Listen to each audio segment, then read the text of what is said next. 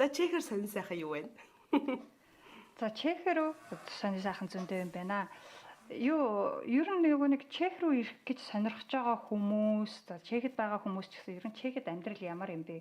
Чехэд амьдарч байгаа хүмүүс өөрийнхөө хотыг бол нэлээд гайгүй мэдчихэж байгаа ч гэсэн бусад хотууд нь ер нь ямар юм бол тийшээ нүүчүүл яадаг бол энэ төр гэж сонирхож байдаг шүү дээ.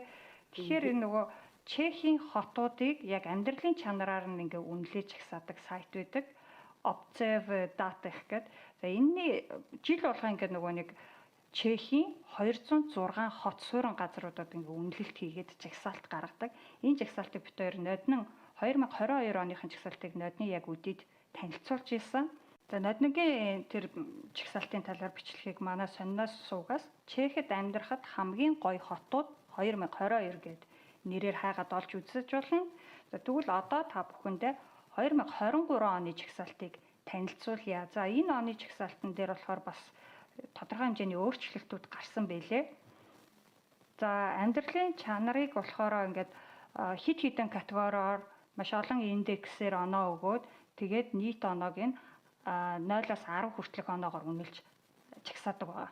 Ер нь бол ингээд жагсаалтыг харж байхад эхний 4 байр бол хэвэндээ байж байгаа. Өмнөх жилд эхний 4-т орсон хот яг тэр 4 байрандаа орсон. Гэхдээ оноо нь жоохон өөрчлөгдсөн байна. За 2023 оны жагсаалтыг тэргүүлсэн хот нь болохоор Төв Бохем аймгийн Ршичаны гээд жижигхэн хот 16,000 орчим хүн амтай. За энэ хот өнгөрсөн жил 10 оноогоор жагсаалтыг тэргүүлсэн бол энэ жил бас дахиад 10 оноогоор жагсаалтыг тэргүүлсэн.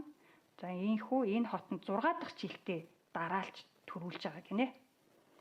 За тэгвэл 2 дугаар байранд болохоор өнгөрсөн жил Праг хот 8.9 оноогоор орж исэн бол энэ жил 9.2 оноогоор дахиад 2-т орсон байна. Тэгэхээр жоохон амьдралын чанар нь дээшилсэн гэж харагдаж байна. 3 дугаар байранд нь болохоор Брандиснад-Лабем хот нодны 8.1 оноогоор 3-т орсон бол энэ жил 8.4 оноогоор орсон байна. За 4 дугаар байранд орсон Хустопече хот болохоор 2022 болон 2023 онд яг ижилхэн 8.1 оноогоор 4-т орсон байна. За тэгээ энэ жилийн жагсаалтыг гаргахдаа яг ямар өөрчлөлт оруулсан бэ гэхээр нөгөө олон жилийн турш хилийн ойролцоо хотуудаас санал хүсэлт гаргаж ирсэн байна л да. Бидний хувьд одоо ингээд Чехээс биш хилд аваад одоо Польштой ойрхон Польш руу, Германтай ойрхон Герман руу гараад ажил хийх боломжтой байдаг. Тэрийг энэ индексэндээ тооц. Бас бид нэр ингээд хүнс бараагаа тий хилд аваад авчихад илүү хямдхан байдаг ч гэдэм үү, илүү чанартай байдаг ч гэдэм үү. Тэрийг бас энэ амьдралын чанарт оруулж таацхан зүйтэй гэж хүсэлт гаргаж ирсэн бэ. Тэрийг энэ удаагийн жагсаалтанд оруулсан гинэ. Тэгсэн чинь бүр яг нөгөө хилийн хотууд чинь бүр суг үсэрсэн байж байгаа заяа. За жишээлх юм бол Хэп хот 85 байраар урагшлаад урд нь бараг 170 шахуу бичигдчихсэн хот энэ удаад 84 дугаар байранд орсон байна. Карловы Вари хот 54 байраар урагшилсан. Тршебец хот 45 байраар, Намништнад Ослово хот 41 байраар, Ческий Крумлов хот 40 байраар тус суг урагшилсан байна. За тэгээд одоо энэ мапн дээр харуулъя л да ерөн газрын зурган дээр ерөнхийдөө ингээд хаагур ямар хүү байдгийм бэ гэдэг. За ингээд харангуут ер нь нэг хойд нутгаараа ялангуяа хилийн ойролцоо за тэгээд зүүн нутгаараа бас хилийн ойролцоогоор ингээ улаагаад буюу 2.1 хэдтэйгээд бага оноотой харагдчихэв тий. За тэгээд бусад газраараа бол цэнхэр ногоон гэдэг ер нь алаглаад харагдчихж байгаа. За тэгээд нөгөө өнгөрсөн жил бас хоёлаа танилцуулж ирсэн шүү дээ.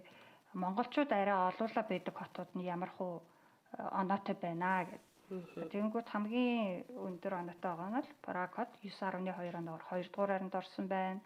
Бурно хот 7 оноогоор 7 дугаар байранд орсон байна. Бланско хот 6.2 оноогоор 15 дугаар байранд орсон байна.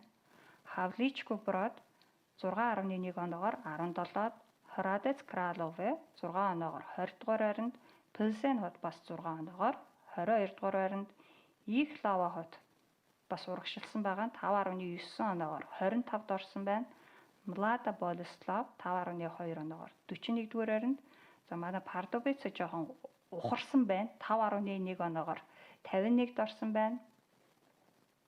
Оломоц хот 5 оноогоор 55 дугаар байранд, Слин хот 4.6 оноогоор 83-т орсон.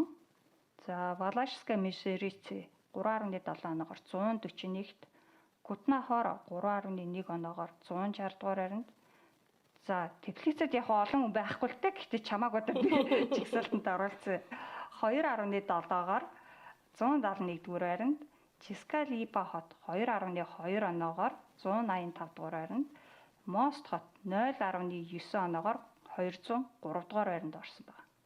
Тэгээд энэ сайт руу та нар ороод Observe Data CC гэдэг энэ сайт нь болохоор англи болон чех хэл дээр байж байгаа. Энэ дээр нь шууд хотынхоо нэрийг бичээд хайгаад хэддүгээр байранд орсныг нь харж болно. Магадгүй сайн чигсалтанд таны амьдарч байгаа хот ороогүй гэж болох юм. Тэгээ наашаа ирэх гэж байгаа хүмүүс тэр нөгөө очих гэж байгаа хотоо сонирхож байвал те энд бичээд ороод хараарай. За тэгээ хотуудын оноог яг яаж өгч ийн ямар индекс нь ямар учиртай юм бэ гэдгийг би энд нэг жишээ аваад тайлбарлаад өгье гэж бодож байна. Чамд арай сонирхолтой авах гэж бодоод танай хотыг жишээ аваад тайлбарлая зөө. За ингээд танай хот ч болохоор 2.7 оноогоор 171-т чагссан байгаа тийм. Гэхдээ Өөстийн Надлабам аймагт болохоор 6-д орсон гэж байгаа байхгүй юу? За тэгээд үндсэндээ болохоор ийм 3 категориор үнэлгээ өгсөн байгаа. Нэгдүгээрх нь болохоор эрүүл мэнд ба хүрээлэн буй орчин. Хоёрдугаарх нь болохоор ажил боловсрал, амьдрах стандарт. За гурав дахь нь болохоор олон нийт ба үйлчлэгээ гэсэн ийм категориор тус бүрт нь оруулсан байгаа. За танайх болохоор эрүүл мэнд байгаль орчин гэдгээрээ Өөстийн Надлабамд 7 дугаар байранд орсон. За ажил боловсрал гэдгээр Өөстийн Надлабам аймагта 10-т. За үйлчлэгээ олон нийт гэдгээрээ аймагта 2 дугаарт буюу нэлээд дээгүүр орсон.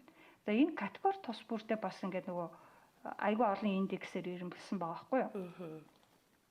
За тэрийг нь болохоор би ингээд зүгээр дурдаад явчих хүмүүс дараа нь харахад ойлгомжтой байх. За жишээлх юм бол энэ доошоогоо гүйлгээд харангуй эрүүл мэнд байгаль орчин гэдэг нь дотроо ийм хэдийн индексүүд байна. За index of presence of polluters буюу одоо тухайн газар ямар нэгэн нөгөө агаарын бохирдол ч юм уу те ямар нэгэн бохирдол үүсгэх тийм объект ч юм уу үйлдвэр ч юм уу байдгүйгүй юу гэдгийг хэмждэг гэж байгаа. Тэгэхээр танад бол тиймэрхүү газрууд байдаг бахны. Нэг хон авсан байж байгаа. За тэгээд index of life expectancy одоо нөгөө нэг насжилт те хэд хүртэл наслах тэрийг нь харуулсан байна. За index of air pollution буюу агаарын бохирдол, index of practitioners буюу одоо нөгөө өрхийн эмчийн хангамж хэрэгдэггүй. За тэгээ index of pharmacists буюу эмийн сангийн хүрэлцээ хэрэг байдгийг харуулсан үзүүлэлт байна. За тэгээ index of protected natural areas буюу нөгөө байгалийн тусгай хамгаалттай газар хэрэг байдаг гэдэг. Энэ дээр танах айгүй өндөр оноо буюу 5.4-ийг авсан байна те. Танах ч угсаа нөгөө аршаантай хот шүү дээ те. За тэгээ index of pediatricians буюу нөгөө хүүхдийн эмч хэрэг байдаг. Энэ дээр бас нэлийн гайгүй авсан байна. За тэгээд index of driving time to hospital гэх эмнэлэг рүү ингээ машинаар яваад очиход хэр боломжтой одоо төгжрэлгүй шууд очиход хэр амархан байдаг вэ гэдэг индекс байгаа байхгүй. Энэ дээр танах 9.1 гэдэг. Тэгэхээр танах бол нөгөө ямарч бөглөрлгүй зам сайтай гэж харагдаж байгаа байхгүй. За дараагийн категорид болохоор боловсрал, ажил гэдэг тийм. За энэ дээр хамгийн ихэнд нь хамгийн таарахын индекс нь болохоор Index of Available Job Offers Published by Labor Office гэж байгаа. Нөгөө уушад праца буюу нөгөө хөдөлмөрийн албан дээр зарлагдсан байгаа нийлдэхтэй ажлын байр хэр олон байна вэ гэдэг. Энэ нь бол жоохон таарах юм байна. За дараагийнх нь Index of Financial Distress буюу одоо санхүүгийн хүндрэлтэй байдал ямар хувь байна вэ гэдгийг харуулж байна. Index of Quality High Schools гэдэг ахлах сургуулийн одоо чанарын индекс гэж байна. Index of Kindergarten Capacity буюу цэцэрлэгийн хүрэлцээ багтаамж. За Index of Affordable Housing буюу одоо орон сууцны үн түрээс болон худалдаж авах үн хэр боломж юм байна гэдгийг харуулдаг үзүүлэлт байна. Index of Unemployment буюу ажилгүйдлийн индекс. За тэгээ Index of Elementary School Capacity буюу ерөнхий боловсролын сургуулийн багтаамж. Index of Material Insufficiency за материалын бааз хэр хүрэлцээтэй байдаг вэ гэдгийг харуулсан индекс. Хамгийн сүүлийнх нь Index of Available Job Offers Published on Job Portals гэж байгаа. Энэ нь болохоор нөгөө зарын вебсайтууд дээр тавигдсан ажлын зар яг танаа тэр нутагт хэр их байна вэ гэдгийг харуулж байгаа. Энэ дээр танах 6.4 оноо авсан байна гэдэг чинь танаа тэр хавар яг нөгөө хувийн аж ахуй нэгжүүд бол нэлээ их ажлын байрны зар тавьдаг гэж харагдсан. За тэгээд 3 дахь категори нь болохоор олон нийт буюу үйлчилгээ гэж байгаа тий. За энэ дээр хамгийн ихэнд нь хамгийн муу оноо авсан Index of Participation in Regional and Municipal Elections гэж байгаа. Орон нутгийн болоо одоо нөгөө бүс нутгийн сонгуульд хүмүүс хэрхэн оролцдог вэ, хэр идэвхтэй оролцдог вэ гэдгийг харуулдаг индекс байгаа байхгүй юу? Тэгэнгүүт танаа нутгийнхаа чи ерөөсөө сонгуульд оролцдог байна. За тэгээд дараагийнх нь Index of Gambling буюу одоо мөрөөдө тоглоомыг харуулсан индекс байж байна. Дараагийнх нь Index of Traffic Accidents буюу зам тээврийн ослын индекс байна. Index of Citizen Engagement буюу одоо иргэдийн оролцооны индекс. Index of Railway Transportation буюу төмөр замын тээврийн индекс байна. Index of Restaurants, за зоогийн газруудын индекс.